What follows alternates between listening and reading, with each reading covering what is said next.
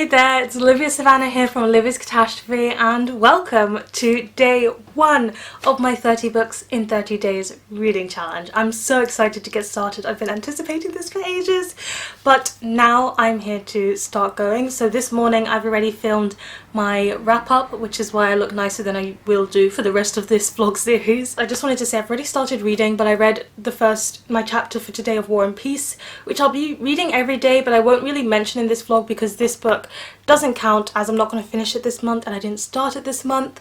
But yeah, I'm not going to start reading yet because I've got a lot to do today that's not reading, and then I'll hopefully be able to read in the afternoon. So come and join me as I do things like take Bookstagram photos and write words of my dissertation about Afrofuturism YA that I really need to finish tomorrow so I can hand in the first draft, yoga, and things that are not reading.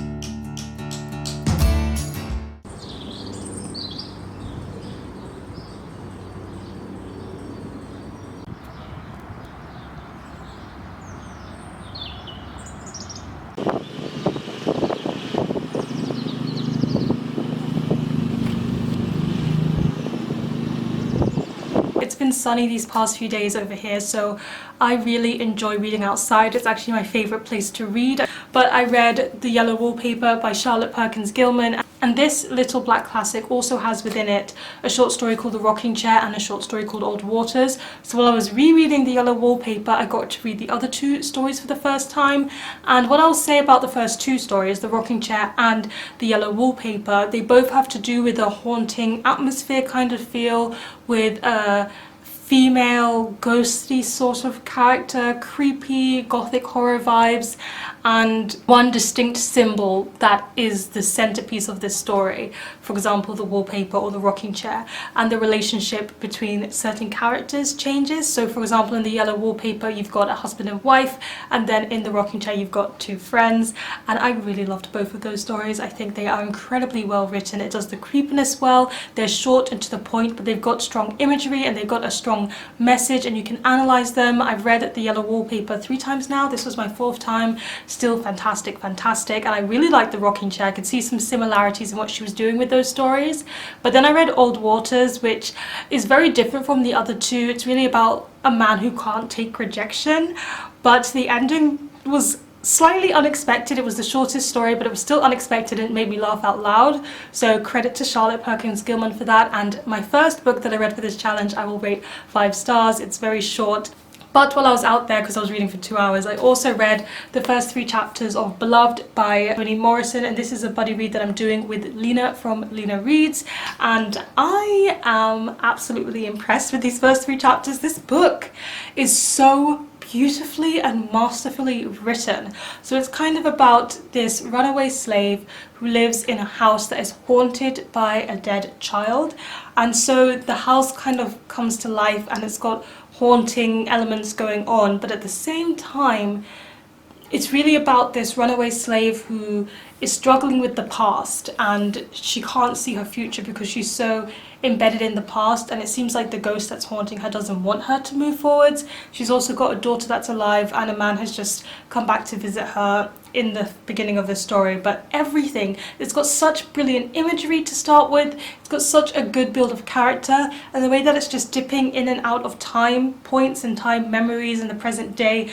is working so well for painting this story. I've been with these characters for 3 chapters and I've already learned so much about them and the way that they work, and I feel like there's still so much I need to discover and I don't know. I am just absolutely enamored with this book, and if it continues in the way that it is right now, I think I'm absolutely going to love this one too.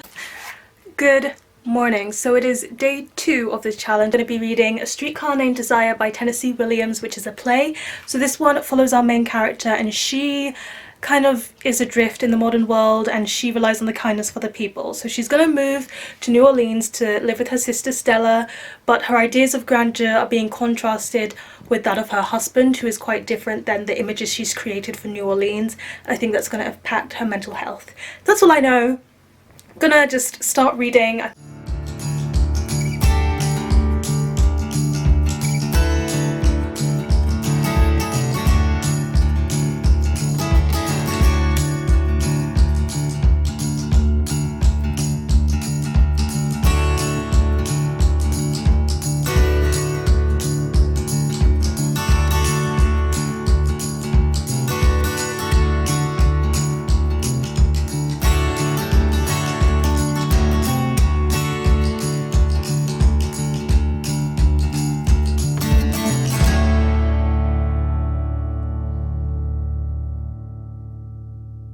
On the dissertation. Hello. Hi! Good morning. It's day 3 of this reading challenge and I'm feeling so good this morning. I'm wearing my Raven Cycle, the True Speak Latin shirt, and it always never fails to make me happy. So I didn't get a chance to wrap up yesterday because I was so tired, but I had a study session with Lexi from Alexandra Rosalind, and I just love our study sessions because we are always so productive. I wrote over 1,000 words of my dissertation and I'm coming very close to the end of it, and then after that I settled in with a cup of tea and finished reading A Streetcar Named Desire by Tennessee Williams, which is book 2 of 30. So the tea that I had, I just want to mention, is apple and cinnamon. I've been trying new teas recently and that's just a new one I gave a try, but nonetheless I want to wrap up my thoughts of A Streetcar Named Desire. I really like this play, and I think it's heavily dealing with the idea of reality versus, you know, living in your own fantasy and dream. And our main character, I really liked her. She's not had an easy life. She's definitely had a tough go at it and she's been through a lot of struggles, but she still maintains this dreamlike quality about her. She likes to tell stories and that imagine that everything is still fine, and she holds her way in a certain way. The only method of realizing that everything is not okay with her is the way that she's so nervous and anxious about literally everything that happens. But she also spends time with her sister in this book, and I would equally think that her sister is also living in this fantasy dream world, but she's doing it in a different way than our main character. And seeing that contradiction and that comparison definitely hits home about the different ways that people ignore the situations and their past and their sufferings and trauma and just try and live life to the best that they possibly can. It was fantastic. I can't wait to watch this in theatre or watch a film or something because I really enjoyed this. I really did. This morning I woke up and had more apple and cinnamon tea and read a book. Made quite some progress in Love, Hate and Other Filters by Samira Ahmed, and I am going to finish this one today. It's what I'm starting and finishing today. So we're following this girl who is a teenager and she's really into film, and she doesn't feel like she fits in with her culture. She's Indian Muslim and she doesn't feel like she fits in certain ways, and she's just trying to figure out love, figure out the hate that she experiences because of her identities, and also make good films. And I have to say, I don't know how I feel about this one. Our main character seems to hate everything about Indian culture except for the food, and I feel like she's very judgmental of other characters too. And then we've got a love triangle here, and the book really focuses on the love triangle. She's got a guy who is the picture perfect, you know, Indian culture Muslim man that she knows her parents would love, and then she's got this other guy who has a girlfriend and he's like this jock, very popular in her school, and basically the opposite of what her parents would want for her, and she's like debating between these two guys. But I feel very uncomfortable because one of them does have a girlfriend and they're just avoiding that topic so far, and it doesn't quite sit right with me. And I'm very interested to look up some Own Voices reviews of this one. I'll probably do that later today because I don't know how I feel about the way that she reacts to our culture and the way that she seems to judge everyone who follows the conventional paths of the culture, you know. And I feel like you shouldn't be judging people for doing that, because if that's what brings them happiness and joy, just let them live their life that way.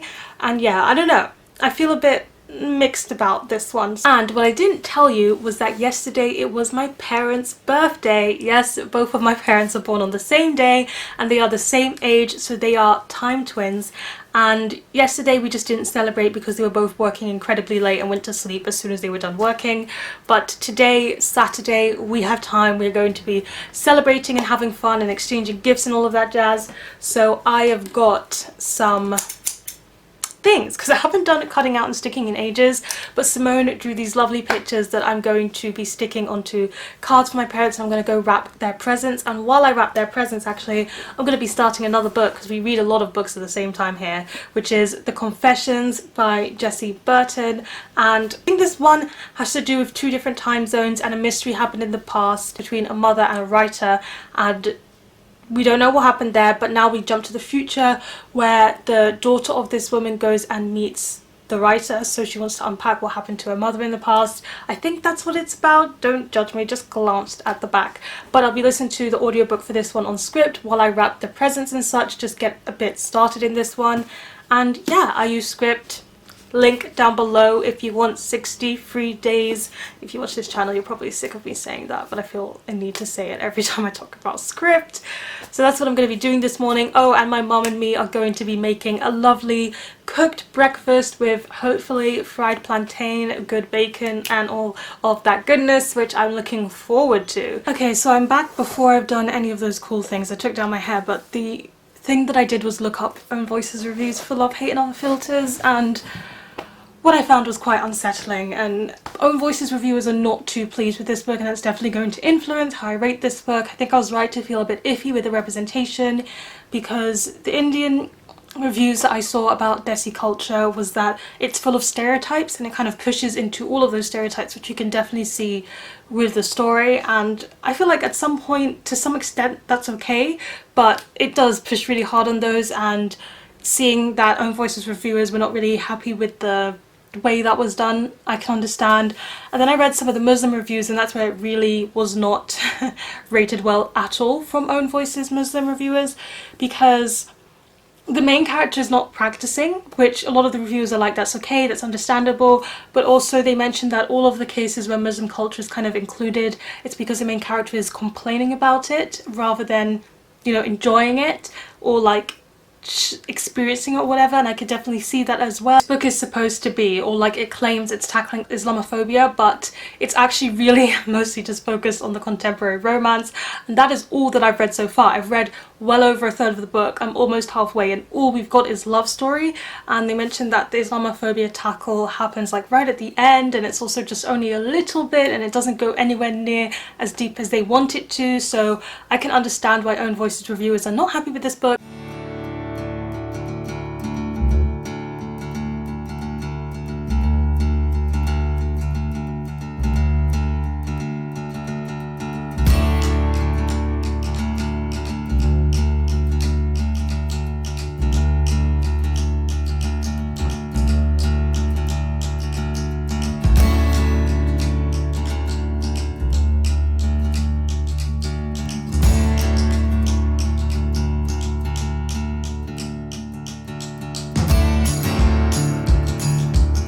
Finished the first draft of my dissertation finally, so I sent it off to my tutor, and we just have to hope that it's not all rubbish, and that I think there will be edits to do, but hopefully not an overwhelming amount of rewriting. And Simone, my younger sister, who you'll know from some of my vlogs last year and also from a video where we discussed disabled books, did her first ever unhaul. Very proud of her. She got rid of books that she's had on her shelves since childhood, so I can show you them here if I can hold them all. She got rid of all of these books, and I have them because I am the designated getting rid of bookseller, so I think we're going to have a trip to the Free Little Library soon.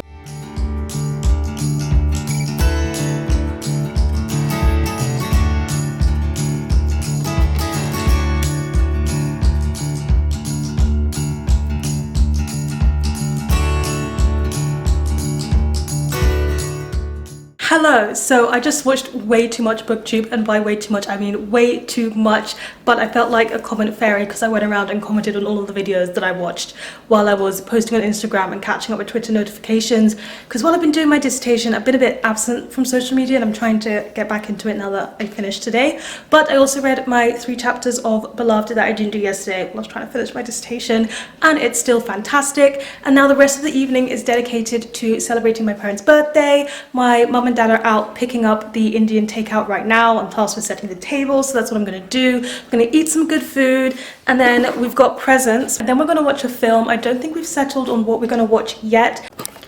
Oh, I forgot to mention, if you're wondering why I changed shirt but it's the same day, it's because I just get cold and then warm up really a lot. Like, it changes throughout the day, so just prepare for me to be wearing multiple outfits across multiple days in this vlog.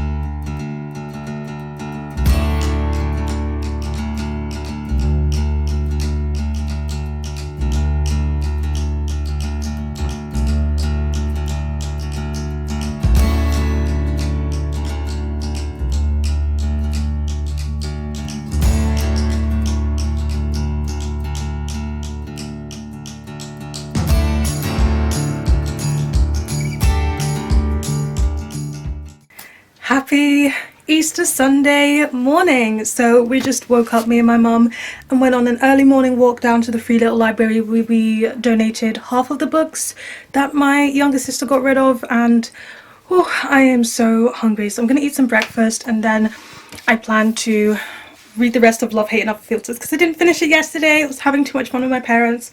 So I've got about 100 pages left, and it's just started to tackle some of the Islamophobia, and I actually think it is doing that well, and it's saying some very important things. But I do agree it's now like a completely different book. First came the romantic story, now comes the Islamophobia, and then I think at the end is going to come the end to the romantic story. So I don't think it blends well at all, but I do like the distinction it's making between terrorism and religion and how they're not the same thing. But I just finished reading Love, Hate and Other Filters by Samira Ahmed, which is book 3 out of 30 for this challenge, and I can say that I didn't like it.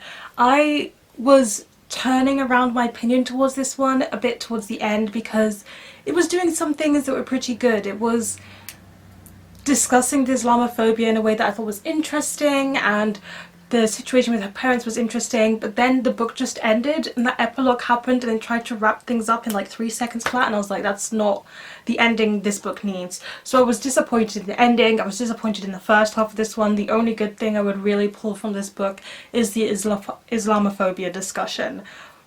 And that's like, a good discussion does not a good book make. I think these discussions are important, but when it's paired with good writing and a good story and a good book, then it's good. Do you know what I mean? Now what we're going to do is have an Easter egg hunt indoors. So we did this last year also when I was doing 30 books in 30 days, and because we're still kind of in lockdown, we're going to just do it again. And I've got white chocolate Easter eggs. I'm done! I'm done! I'm done before her. You got there? Yeah! Good morning and welcome to day 5. So we're still behind on reading, but I'm not stressed, you're not stressed. This is a fun reading challenge, and if I manage to catch up, I manage to catch up, and if I don't, I don't, and that's fine. So this morning I have been reading and editing today's wrap-up video and checking up on social media again, and we finished book 6 of War and Peace. We've moved on to book 7. Yes, we're doing it. It's still good. I'm still really enjoying it. And then this morning I also started to read Just in Case by Rosoff, and I don't know where I got this book. This is one that has been fermenting on my TBR for ages and I haven't been in the mood to pick it up, so I'm glad that for this challenge I just decided to go for it. This is a young adult novel about David, and he has a scare with his brother and realizes that, you know, there's so many opportunities for catastrophe and danger to happen in our life, and he believes that fate has doomed him. Fate is coming to get him. So what he decides to do is change his whole identity. He changes his name, he changes his wardrobe, he's trying to change his personality so that he can hide from fate. And I'm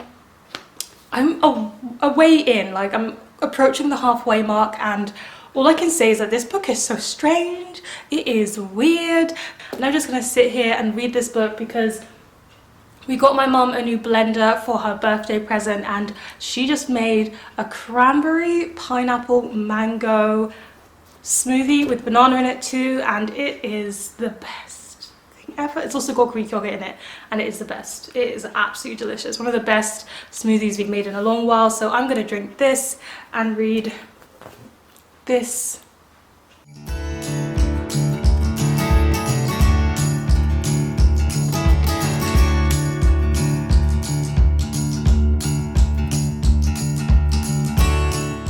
Welcome to day 6.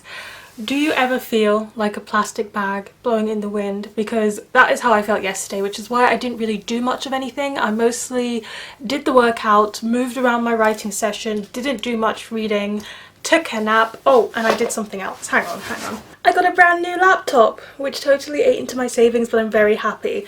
I think I mentioned in my currently reading video about my laptop getting water damage, and while it was repaired only enough for me to turn it on and recover all of my data, and everything else just didn't really work about it, so I needed a new laptop, which I now have, and I spent a lot of yesterday just setting it up, transferring all my files onto it, and the like. So that was kind of where my day went yesterday, but today is a brand new day. It's day 6, and I have got big reading plans because I am 3 books behind in this challenge.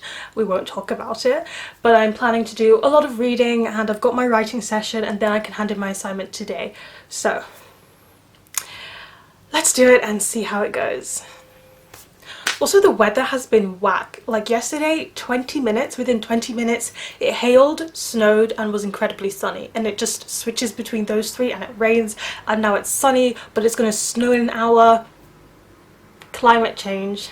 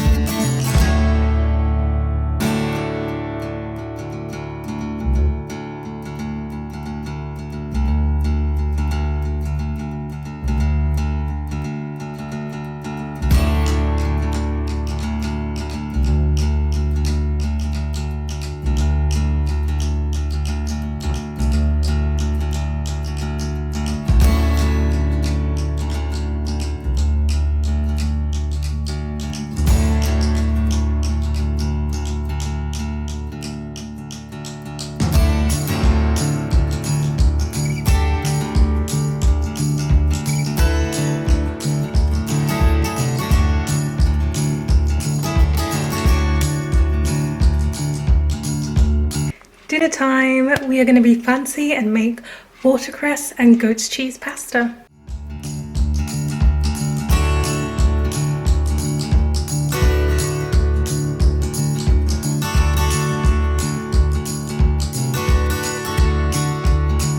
So it is day 7, and it's the end of day 7. Well, it's not really, but let's pretend it's the end of day 7. It is not bridging into day 8. But I'm going to talk about everything that I read on day 6 and day 7 because I wasn't in a very talkative mood. So I filmed a lot of B-roll, but I haven't told you my thoughts on the books that I read during those days. So first of all, I read More of War and Peace. That was definitely going to happen. That's standard.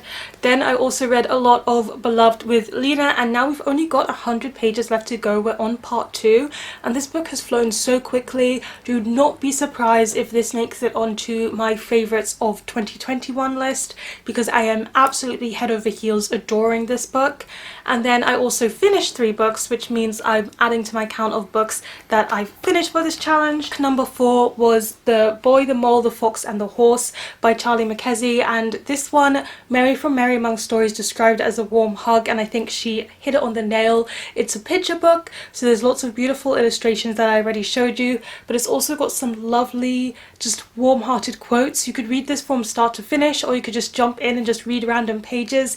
And there were some things in here that I really needed to hear, and they made me smile a lot, and it really touched my heart. This was very, very heartwarming, and I loved it. Absolutely loved it. And for book number 4 of 30, I read The Stone Age by Jen Hadfield, and this was sent my way by Book Break, and it's a poetry collection. I also think in the B-roll footage I showed you how some of these poems have a bit of a unique layout in this collection, and I really liked it. It's got themes of neurodiversity in there, as well as nature, as the author's describing their home situation, where they call home, where it's all very stone and cottage-like and nature immersed, and I thought the descriptions were absolutely beautiful, but I also liked some of the meanings attached to the poems. And often when it comes to poetry collections, I don't like to read it all in one sitting. I like to read a poem, take the time to process it, read a poem, take the time to process it.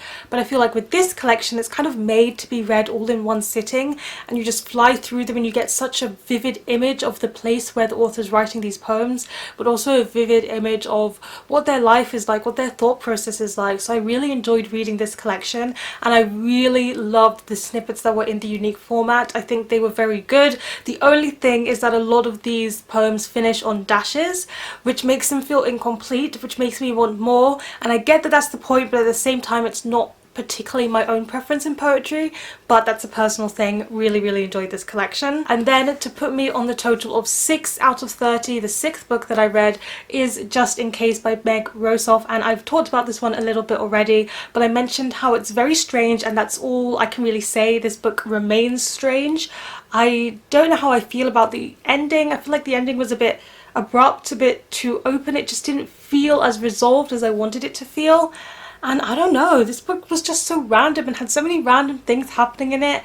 I don't know what to make of it. I really don't know. I think I need to collect my thoughts a bit more for my wrap up. But this was a strange book. It was definitely unlike anything that I've read before. Also started to reread Hollowpox by Jessica Townsend. So I started this one for middle grade March, but then I realised it was going to bridge over to April, and for me to count it in my 30 books in 30 days, I decided to stop reading and start from the beginning again, so that I'll have read the whole book in April and it can count as one of my books.